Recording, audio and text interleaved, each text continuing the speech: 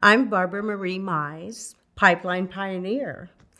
I started up on the slope, the northern slope, as everybody wants to know because other people don't know about the slope. I started with Halliburton on a cat train, exploration for Alpine. The next time I was with Northern Geophysical on a cat train, again, exploration for Alpine. So I was there for exploration. And then I went back up and I went to Alpine.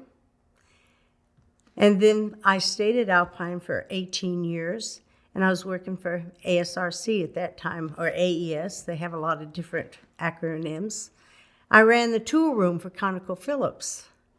Not only the tool room, but it was the model tool room for all of ConocoPhillips Holdings.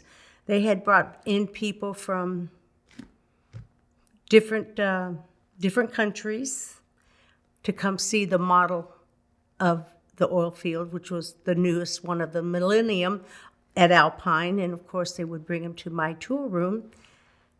And it was quite put together, very organized, very well. I would clean shelves every day. Go around every day was 1, 2, 3 shelves, maybe an entire section. Tools were cleaned and put away before they were put back on the shelves. The tools were always fixed in-house. We did calibrations for torque wrenches, doing the tools. At that time, I was strong enough to lift up big high torque machines, put them up on the big, huge counter. The fellas would say, "Oh, no back alley for us." It was an enjoyable time. I made a lot of friends. I'm retired now 3-4 years, and I still get calls. I still get notes, texts from I call them my fellas from Alpine. I formed a relationship, a bond, a friendship bond with several of these people. We had one day, we would come up with jokes, what we would do to make somebody laugh. So two of us ordered some T-shirts. We got like 10 T-shirts. And we got a picture of this one fella named Randy. He shared a locker in the mudroom with one of the gals with Janet from the warehouse. And he would just throw his stuff all over that locker. And that not big lockers, small lockers. So we took his photo, all different ones, and we ironed them on these patches and put them on these T-shirts and wrote, "It's all about Randy." And here we were wearing these T-shirts all over the place. We even sent one to his wife. She was a truck driver. She thought that was funny. In fact, mine just wore out. I had to finally get rid of it. It's all about Randy. He had no idea what all about Randy meant. I had a perfect boss, my Conoco boss.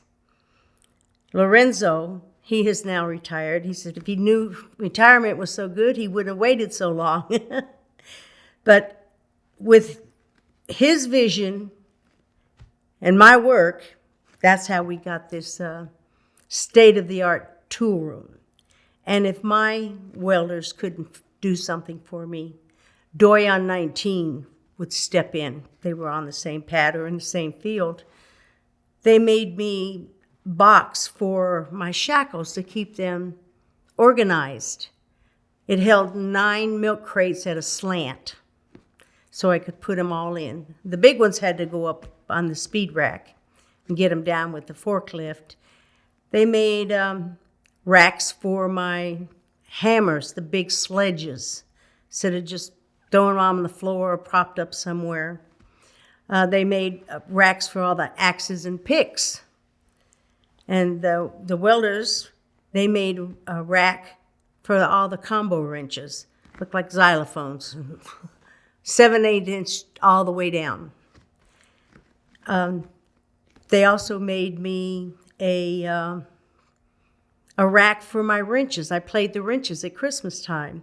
I was moving tool room when I got the new tool room. I was moving it, and from cold connexes, and had these sockets, and they were on this table, and as I was going across this frozen ground, they were hitting each other and making noise, and it was Christmas time, so I got myself a little 7/8 long-handled combo wrench, and I started playing Jingle Bells, and I took it into the office, rolled it right in there, and I said, listen to this.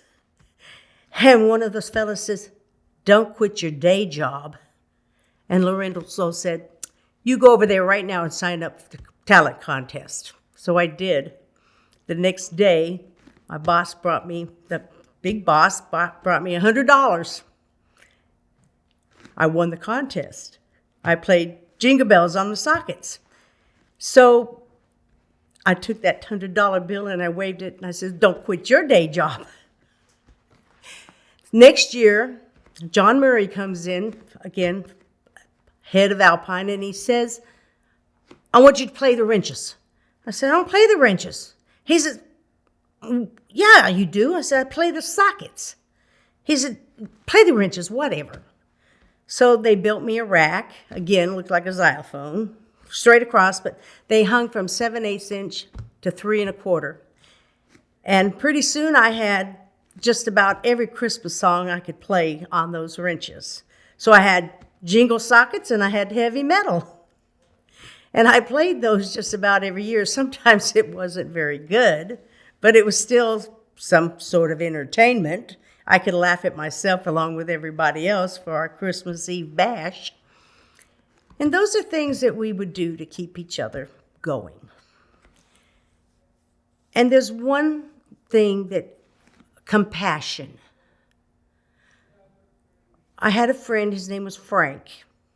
He came back from his R&R, and he didn't feel good. He said he got the cold while he was home, and he decided to come back to work anyway. So he was a fitter, and him and his welder went to the top of the C mod to do a job, and fitters always drive. The welders don't have to drive. So his welder said, come on, let's go. Frank didn't answer him. Frank had had a massive heart attack. And our flight in and out of Alpine had a couple of cargo runs to do. And the pilots said they weren't going to take Frank with cargo. He wasn't cargo. So they pulled the plane into the hangar, and they washed it, they waxed it, they cleaned it, they vacuumed, they put Frank in a brand new sparkling plane and delivered him to Dead Horse. And when I sent his wife a letter and all the posters and all that stuff, I told her that story about Frank.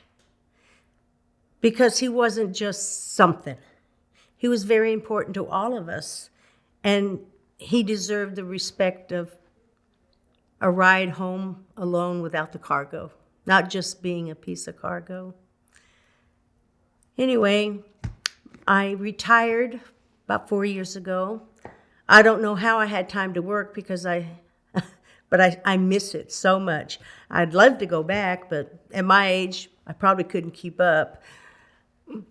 I was saying that my tool room was very organized and clean, and it took over 6 months to get the MSDS for the mop and glow, for the floor of the tool room. It looked like it was wet, but it was clean and shiny.